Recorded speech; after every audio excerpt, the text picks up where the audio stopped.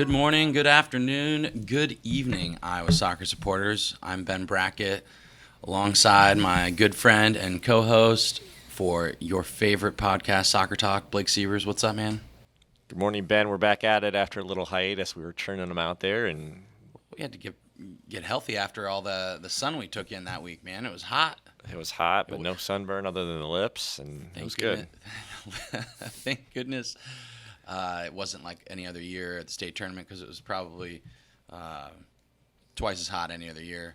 So I felt good about that, but it wasn't cool at all or cold. It was what was very hot was the competition. It was a good state tournament. We had a great time. Most of the time we had our Titan tactician with us as well, Matt Sahag. Hey, Ben. Nice Blake. to see you, Matt. Good to see you guys, too. Matt was on hand most of the week. We also had help from we had Matt LeMaile, we had Justin Vorster. Who else sat in for us? Case and Crawl came in. That's right. Dan Routhert. That's right. We had a bunch of help talking about all the games, and we talked about it afterwards. And I think we saw something like, did we say 42 games? Something like that. It was a crazy number of games. It was good stuff.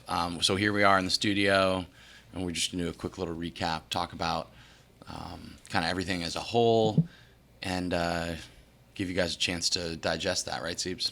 Yeah, so should we just start with 1A, girls? Yeah, let's just remind everybody who won and how it went. Yeah, so girls obviously big-time Central Iowa heavy with Des Moines Christian winning the 1A girls, and then DCG, Dallas Center Grimes, winning the 2A girls, and then Ankeny Centennial Revenge Tour winning the 3A girls.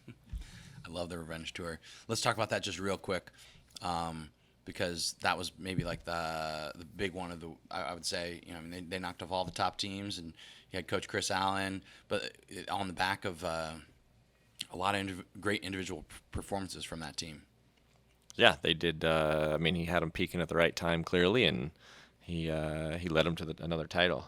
Yeah, if you were under a rock and didn't see Kate Bergen's quarterfinal penalty shootout display, check that out on our. Was it semifinal? Yeah. Okay, give me a break. We watched how many games? And that's why you guys are here. Anyway, check it out, though. You made that mistake, actually, in their post-game interview. I was asking a question, I think, and you, like... Okay. So anyway. Touche. So those games in particular maybe were a little blurry for me, but you should check that out because it was pretty awesome. She stuffed 4 penalties and big-time performance. And then DCG, went undefeated. They ran the table. Beat everybody in front of them, which is pretty cool. Dan James over there, legend now. He's cemented legend status, maybe. Yeah, and what was the young lady's name? The number 4 that was Avery Kershing. Korshing. That's right. She was a stud. And then let's go to the boys' side. Yeah. So 1A Davenport Assumption. Coming back, leading the boss, Mr. Geller, for his swan song. Mr. Zeller. What did I say? Geller. Oh. Like Ross from Friends. Man, we've all over the place this morning. His final game, 20-plus year career. They let him off with a state title there, which was pretty cool. How awesome is it that he announced his retirement at the beginning of the season and was able to come good on that? That's pretty cool because a lot of guys, wait till the end and they go, Yeah, and then that's like you talk about coach personalities, good personality there, kind of a cool storyline with him, and then you go to 2A Lewis Central. Talk about some personality. James Driver with the mustache. Like again, his boys were great, right? They had so much personality, and what a cool way for them to win it for their, former teammate. It was super cool. So, and that's another one. Like, check out that interview with the boys, with them, with the trophy and their hats on, and they were pretty pumped. Yeah, so a YouTube page. We brought each winning team up, except for the Pleasant Valley boys, because they, speaking of 3A boys, Wayne Ward made us wait a while, and then again heroics under the lights for the nightcap of the week, which kind of a fitting end to a competitive week of soccer. Yeah, exactly that, and knocking off Waukee Northwest, who, while they were technically playing in their first state final because it was their first year as a school. Kind of a program that's been on at the top recently, so kind of amazing from our standpoint for Pleasant Valley to be back-to-back champs. Didn't give up a goal in tournament play. 2 years in a row. 2 years. I mean, yeah, what a performance, and their goalkeeper too, right? I can't remember his name. Evan Killstrom, I think, wasn't it? No, Oh, Evan that's all right. Killstrom is our video. I thought he Jack was is Jack, it is sorry. Jack Killstrom. It's I knew it was Evan's actually Killstrom. cousin. I knew it was Killstrom. Third mistake. Yeah, he was stubbed up. We've all had I know one. he's Evan, but Oh, so that's definitely puts a little bow on the end of of a really competitive year, and I think that was something that we noticed just overall from the games was just there weren't a lot of like blowout games or anything like that in the state tournament, and during the year that was kind of the theme of what we were seeing, right? See, it was like we would pick these games and it was just like 10-0, 7-0, like they weren't.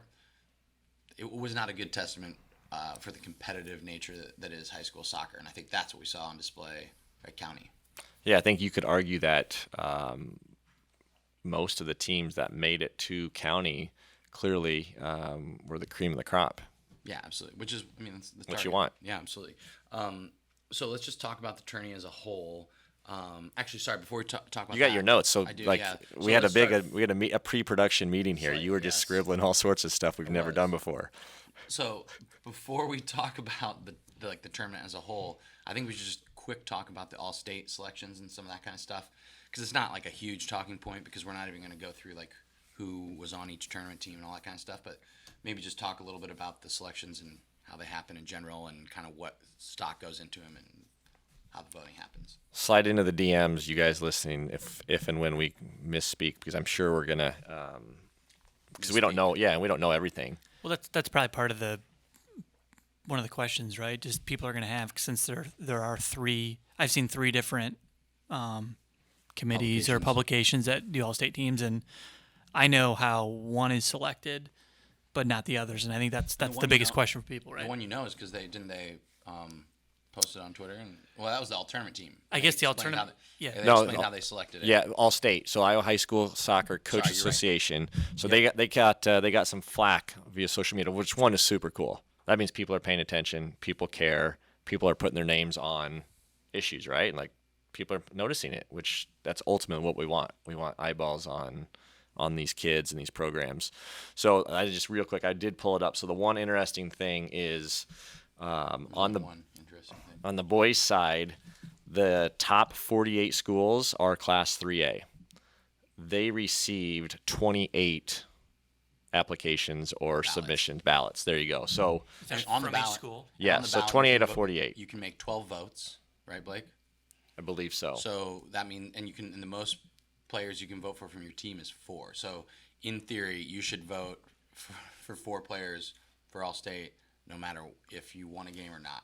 In theory. And then on the girls' side, they received 16 ballots, and out of 40, the top 40 biggest schools. So not even half of the 3A girls programs submitted a ballot, which there's an issue, I Well, think. so that makes me wonder too. Like, so is the opposite version? It's like let's just pick any team that's at the bottom. Do they not submit because they just don't think they have players that are of that caliber?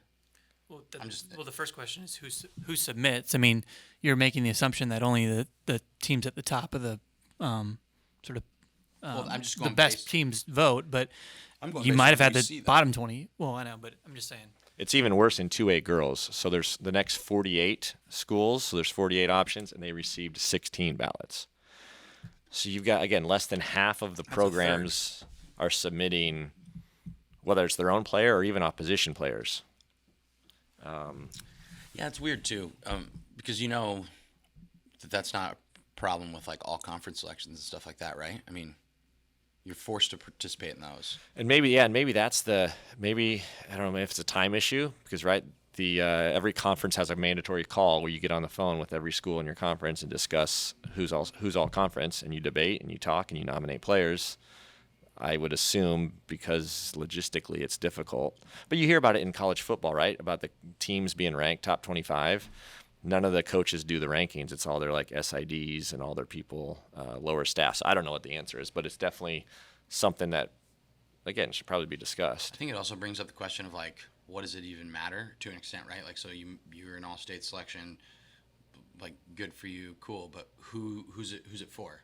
it's for the kids, right? It's for the. I mean, it's an accolade that you can take with you, and you can look back on. And so I think it is actually really important for people and players and student athletes, right? And so the fact that it gets cheapened by the lack of participation, I think it's kind of a bummer. I think if you're a coach, like especially at that level, it's only about the kids. Like it's student athletes. I mean, obviously you're trying to win, do that stuff, and give them a good experience. Those are all byproducts. But at the end of the year, you could lose all the games, but maybe you're a good player. You should get some accolades for that. Yeah, I think I mean, I'll sort of stand up for the coaches a little bit, even though I don't know who they are, who didn't submit ballots. You're always willing to take the other side. Yeah, I mean, I think the other side is all these people have just gotten through a really long season where they've probably been away from their families and away from home almost every night of the week. They've been taking bus trips to away games and stuff like that. Frizzell thing, right? Yeah, but like, people just talk about all tournament team after he's lost a game. Yeah, but people just move on, right? They go on to the next thing in their lives. They go into summer. So I think you just have a different mindset. So for people who aren't in the top 8 of their state programs, or they don't get to a sub-state final, they checked out in May. They've checked out, and they might have checked out a month ago, and they may not have time to do it. So I actually would be in support of, or I would suggest that you actually pay a committee to do that. The coaches associations just gives a committee of 15 or 20 coaches. And maybe it's not that big, but maybe it's a panel of coaches from each class, and tells them, hey, make your all-state selections, or make sure you get ballots from these schools. Because I think it's an important accolade for a student athlete to get, and I know the kids are watching them. In fact, I've had conversations with parents of certain players that are kind of like, well, how does this get selected? My daughter or my son thought they were pretty good, and they're not on the team. So I think it's important to people.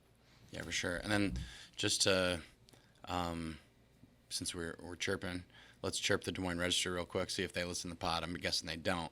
But kind of a bummer, they put out an all-state team, right? But I'd be curious how that one gets selected, because they certainly don't cover any soccer games. And I mean, I was really excited to flip open the newspaper on Sunday after the tournament, and what we had coverage on the front page were the DCG girls. Third page was 1A girls, 1A boys, and then there was a 3A preview, that said Northwest played Pleasant Valley. But there was nothing about the game, no recap, no who won, nothing about Pella boys, and nothing about the Centennial girls, which really? That's a bummer to me. Yeah, I mean, we should just give a shout. Nathan Ford, he's over there at the Gazette in Eastern Iowa.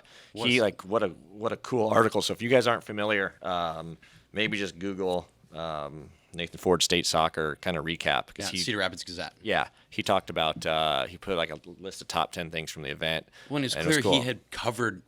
If he wasn't at every single game, I would be shocked, because he had a really good recap on the weekend, or he was literally watching every single one of our podcasts.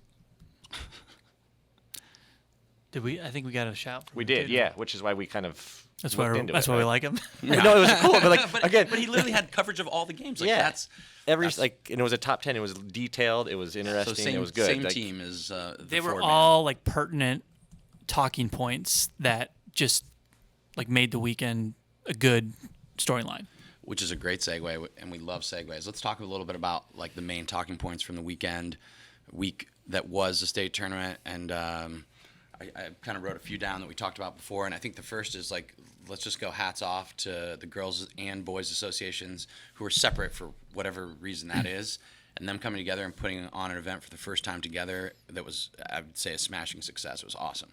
Yeah, I thought so too. I mean, I can't wait to do it again. Yeah. I mean, there were thousands and thousands of people that came through county during that week. I don't know, gosh. I mean, what do you think the count was? I mean, at least 20,000 people, don't you think? Just from all 3 classes on boys and girls. I would say. I mean, we just used 20,000 as a number. I think that we've got 48 teams total, right? Yeah. So I bet you most of those teams brought about 1,000 fans. So, yeah. So that you don't just run an organized event without a lot of planning, and then without a lot of on-site management from both associations. I mean, when I was at the games, I mean, I thought they did a fantastic job. Well, I mean, some people would say it was an expensive week for them. I mean, the parking was well organized. County's always an issue with the line. You just kind of learn to deal with that. but you got in and you got the parking ticket, the tickets on your phone. I bought a ticket on the first day. That was flawless, super easy to get in. All the people that were working it, whether they're volunteer or paid, were super friendly, super nice. We went through the press entrance as well. That was really organized. And then during the games, I thought they just did a great job of maintaining sort of order and crowd control. I mean, I always saw an administrator in a pink shirt on the girls' side, or I think they were in blue on the boys, or maybe different ones. They were lining the fields. They were friendly. They were making sure people would back up from the sideline. And you said the point about them being friendly, like they were also super friendly to us, which like I don't know, we were maybe pushing the bounds a little bit, and I think that was cool. Like they realized we were doing something positive. I think. Yeah, I mean, I just thought it was a really, really well organized event. I mean, all around. No, I mean echo, because that was it was cool. There's so, like you guys said, there's so many people. How many potential disasters you could have? They've never done it before. I mean, they had to put up, which I don't know. I would just say to the sponsors, leave them up all week. But they had to take down signs certain days and put up certain signs because it was girls, boys, and then together. Yep. Yeah, the only thing I would say is I can only imagine that it will improve if they continue to work together. I think that it's just going to get better and better. And what a cool, I think what is basically like the cherry on top, it's kind of backwards, is that first day, right? Seems your favorite day, maybe of the year, other than the state fair, right?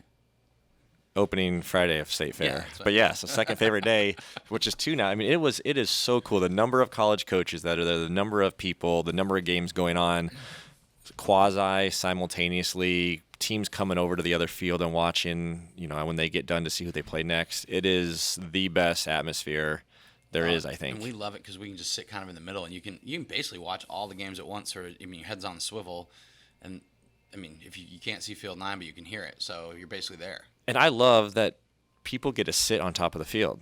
That is so cool. I mean, that's what makes soccer, some of these soccer-specific stadiums and the pros so great, right? Because there's no track like in some of these European stadiums that puts you 30 feet behind the field. You are sitting on top of it, and you can hear everything. You can see everything. It's awesome.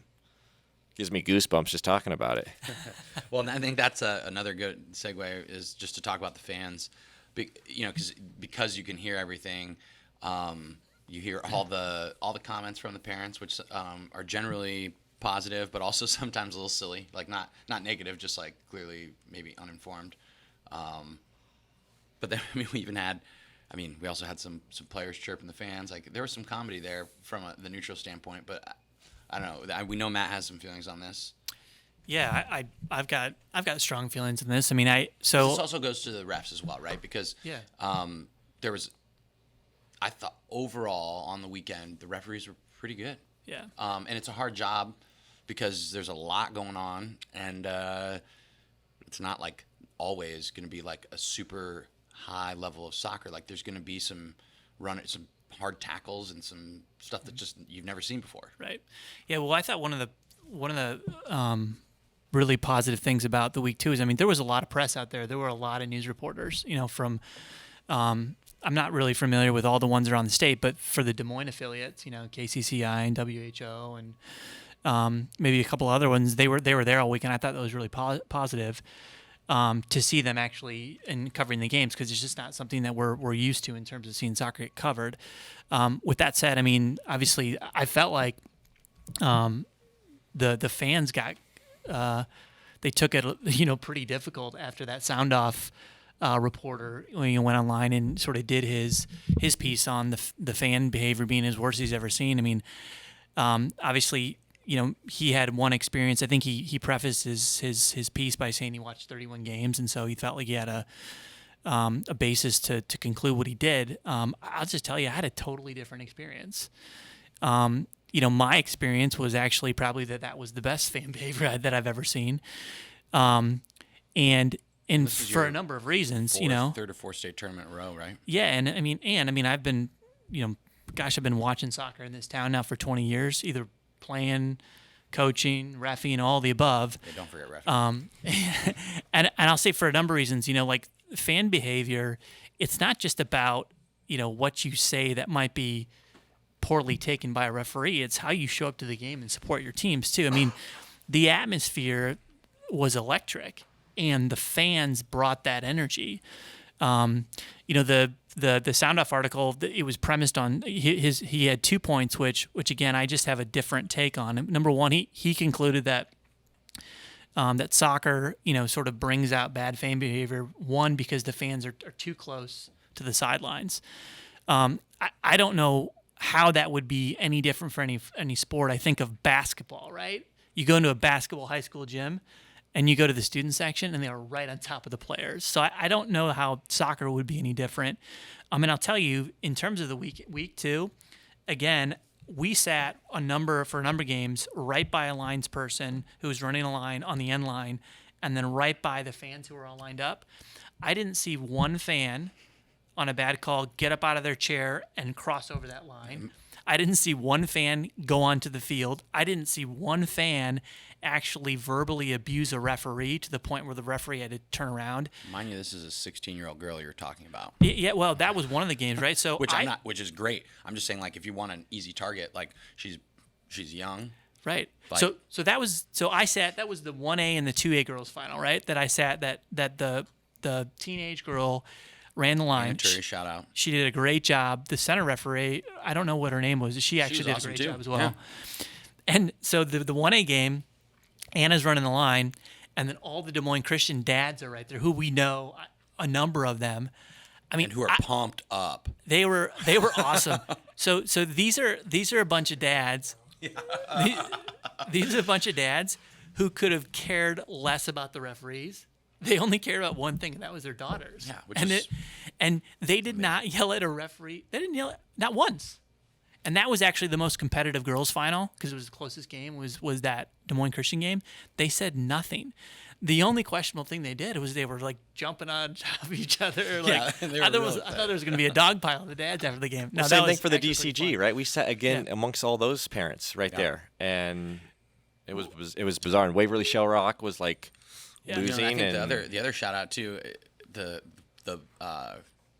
other students, right? These kids, their peers, all showing up, and like, like a couple of these penalty shootouts, and we'll talk about those in a minute. But like, they had kids yelling while that you're going up to shoot, and so part of you is like, oh man, like that's tough. But then it's also like, how cool is that to get to play in front of people who are heckling you? Like, that's the best, right? I mean, we've all done it, and it's like one of those. It's frustrating at the time, but it's such a great experience. Yeah, right. I mean, as an athlete, again, there's no reason to abuse someone or to say things. I think the report also that maybe the reporter heard some FUs. Okay, so yeah, let's get rid of that language. We get it. And if it happened, and he heard it. I'm not questioning his credibility. I'm not saying he didn't hear it. It's not something I heard, but that was probably one game out of 48. If there were things like that, yeah, they were fleeting. The report said that entire fan bases were questioning calls, even though when they knew the calls were totally correct, just because they were, against their team. Wasn't there a comment too that they don't these are people that just might not know the rules? So that was the second Which I didn't basis like for that. the article. I didn't like it either. Here's what's happened in the last 20 years. Tell me if I'm wrong here, but if you were to take a picture of the Johnston boys soccer team in 2000, right? Tell me. I can only imagine. Would that be Coach Todd? would that be a diverse set of people, or would it be a lot of white kids from Johnston, Iowa? I don't know.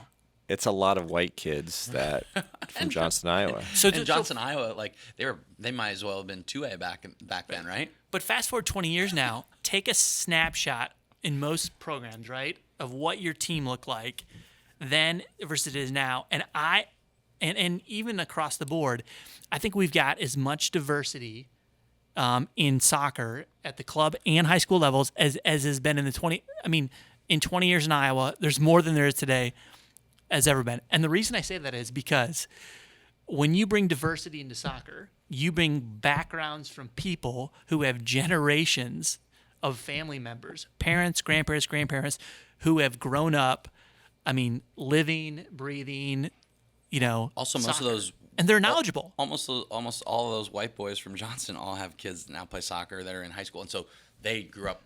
Maybe they weren't great soccer players, right, Siebes? Like you played with some guys that weren't soccer guys, but they know the game enough at this point where if you have a kid that plays, you're like, yeah, that's. Well, I think that's the most really important positive. thing. The Exactly. knowledge of parents over the last 20 years is going is being increased higher and higher and higher. Plus, then you add things like just how accessible it is on TV, Right.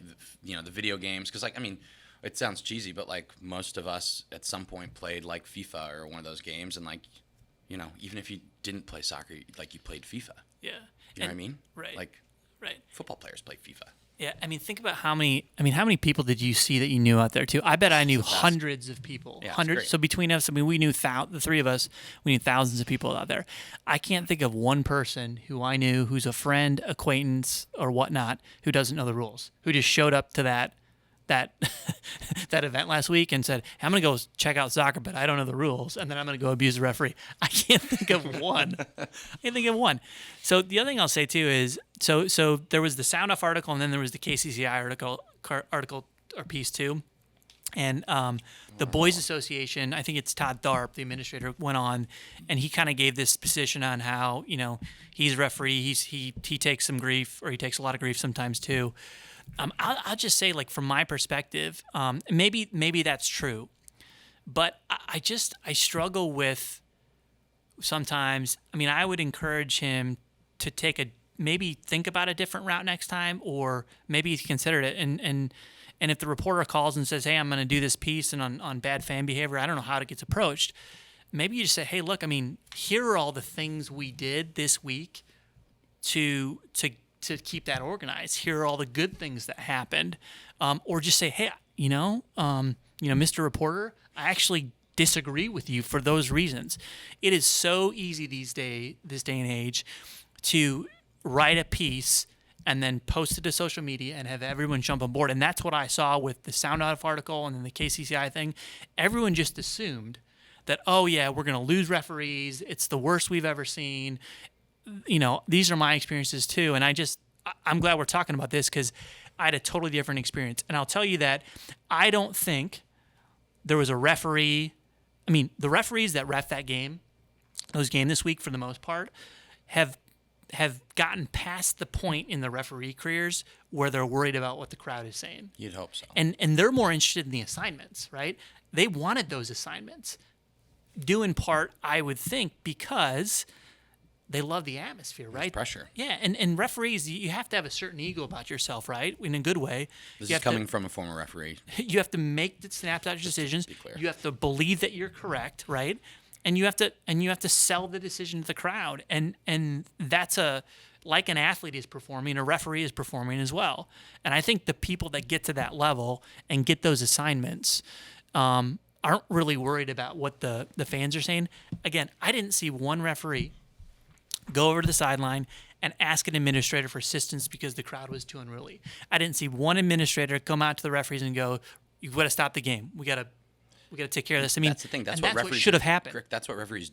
You've seen that happen before, even at a youth game. If there's a problem, and there's no pressure, no one's watched. There's maybe 100 fans, and there will be a referee that'll walk over and say, hey, hey, sir, ma'am, no. And we've seen high school games where people have been removed, right? Too. So. I don't think there's really much. Yeah. I think we all have probably a similar opinion. I just go back to what a great atmosphere and what a cool experience for everyone, from the fans to the refs to the players. There were, obviously, right? You're always going to get bad calls, and that's, especially when you have that volume of games and that intense atmosphere, and But you make the comment that they're performing. It's the same. They're getting assessed. They're getting graded, and the one thing I would say is we need some of our quote higher level or higher grade referees doing some of those games, maybe in the early stages, because again the finals were good, right? Amos, I don't know his last name, he ref the boys, the 3A, he flawless. Yeah. Titsa, I think, did the 2A boys, he was really good again. Yeah. I didn't see enough of the 1A boys. And the girls side we talked about already. Yeah, the all referees did a great job. They were all female staffs. They did a great job. There was no crowd issues because they controlled the game. I think that's also something to point out too, right? The games that we're thinking about, I think that maybe were the most intense were because they were super hotly contested. Mm-hmm. They were not missed calls, but they're calls that are always going to be, if you're always going to there's two sides to every little one of these. So if foul's called against you, well, that's crap. I don't believe that. Well, same thing. you're receiving it, right? Well, that was definitely a foul, right? And that's the way you play the game. Yeah. And All everyone the teams are always appealing to the referees, right? right, and every fan who's invested in a game certainly has room for improvement in what they say at some point. But Well, let's not talk I mean, about what we say as I players. don't think to categorize entire fan bases, right, contesting every call. That's not what I experienced. And again, I mean, I think here's what I didn't see either is, I mean, gosh, I mean, if you have a camera and you're seeing that bad fan behavior, the best way to stop it, Just turn the camera on them. film it, and then send it to just maybe walk over to the person and go, hey, there's a picture of what you just did. Maybe you should correct that, or send it to the administrators. Well, how many times have we taken pictures in our coaching day over the last 25 years of our peers or our friends to tease them a little bit because they're like, look what you're acting like. Yeah. Whether it's right, I mean, it could be like cheering, jumping super high. It could be getting mad. It could be whatever. But it's like, hey, this is what you look like. And immediately, what do? You're like, next time you want to get up and jump super high for a goal or like scold somebody, you're like, all right, who's watching? What, like, you think twice naturally. Yeah. Right. Yeah. I mean, you see a coach like, yeah, some of the reactions, but it's also like we talked about that one. Let's go back to this, like super competitive all weekend, and then you had the fans that were super pumped. And you've got some of them that are like jumping all over each other, and then you've got like the ones that just like give a little fist pump to themselves. Like those are the ones you're like, yeah, all right, cool, I can appreciate that. Let's just talk quick about how competitive it was all weekend, and then I think we have to talk about the penalties. I think that to me that was the theme of the weekend. How many we don't know the number. How many games went to a shootout though? Well, the boys' final was at least 2 of them. The Pella because the 3A and 1A both went to penalties. The 2A Pella won in a shootout in a semifinal.